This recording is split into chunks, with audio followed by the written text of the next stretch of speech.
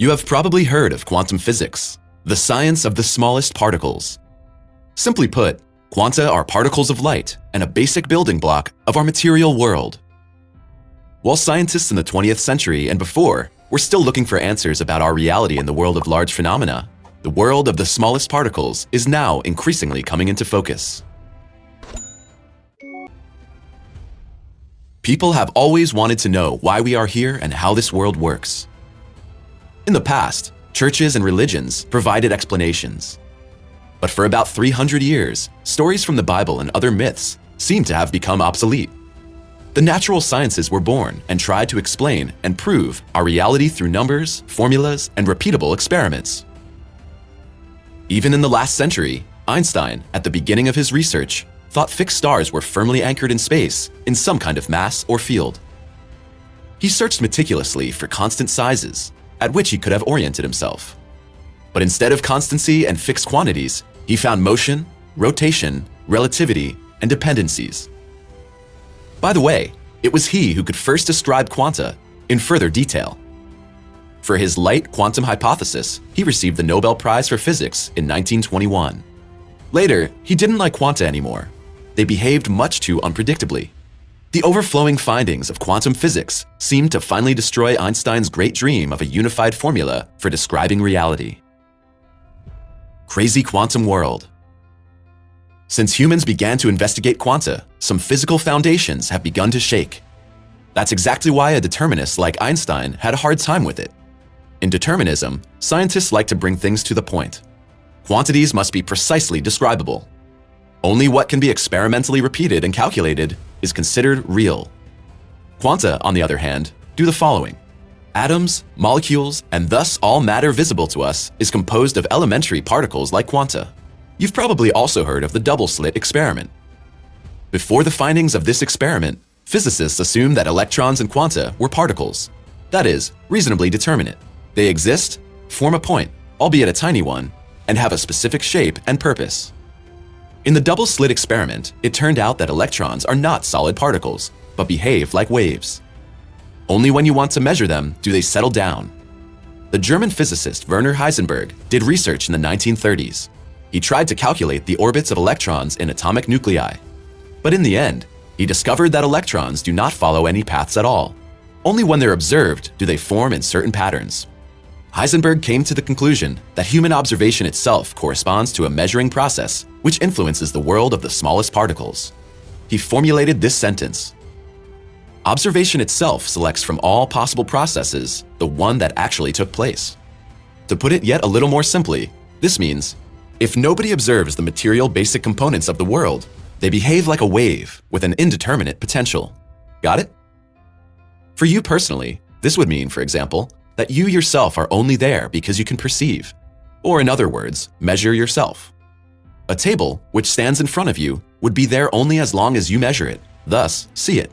If no one is there to perceive it, it dissolves into a wave-like potential. Einstein raged indignantly at the time. Yes, you want to say then that the moon does not exist if nobody looks. So this has been a small excursion into the history of science.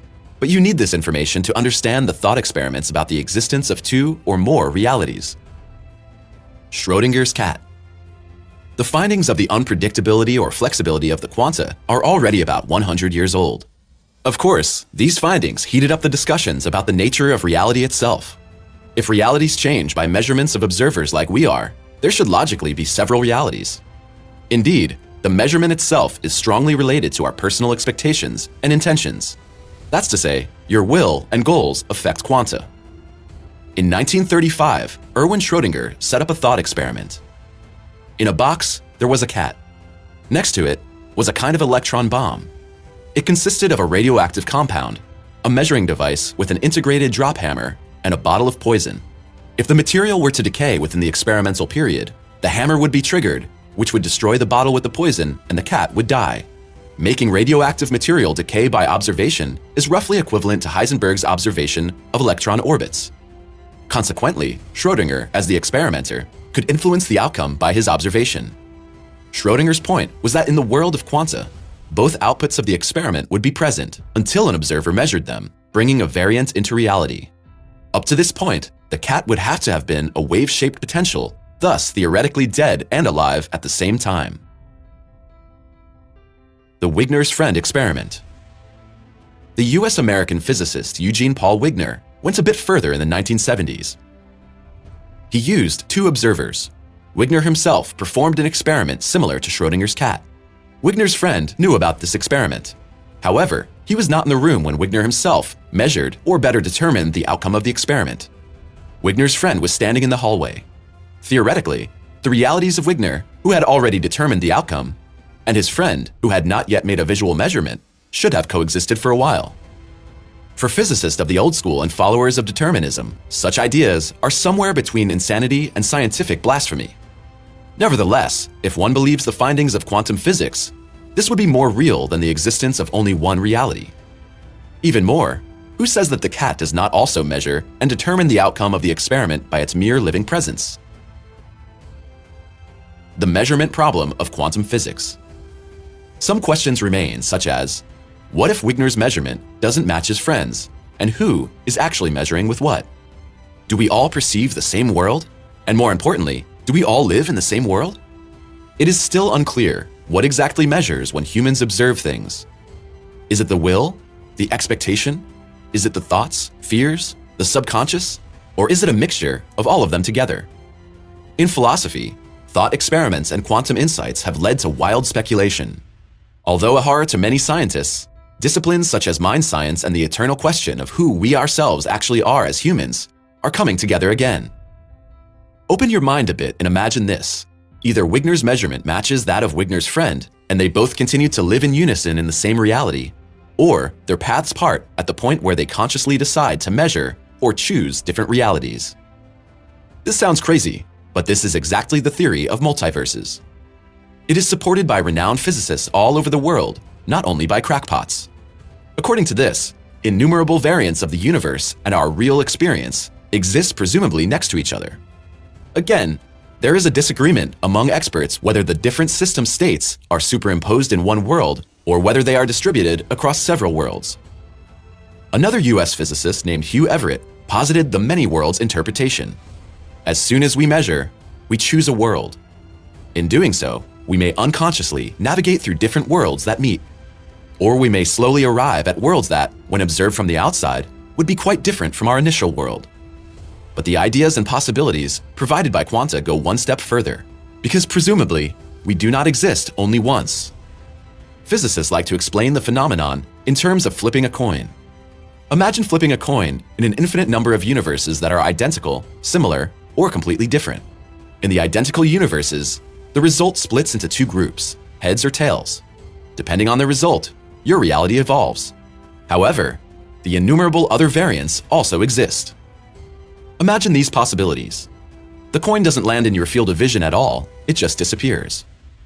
A group of terrorists enters the room and shoots you before you can find the exit.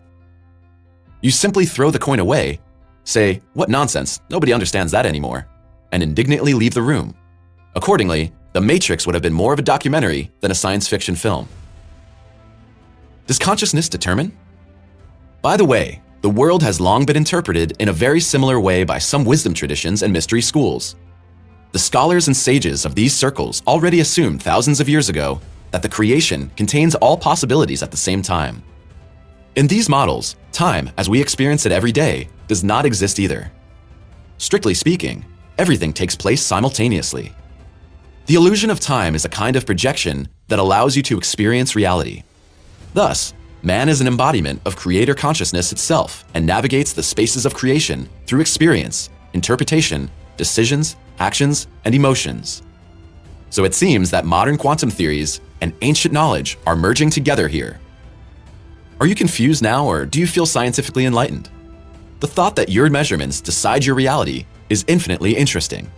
Imagine that you could make or choose a reality that you prefer. What do you think about it? Let us know your opinions and post your ideas on the topic in the comments section.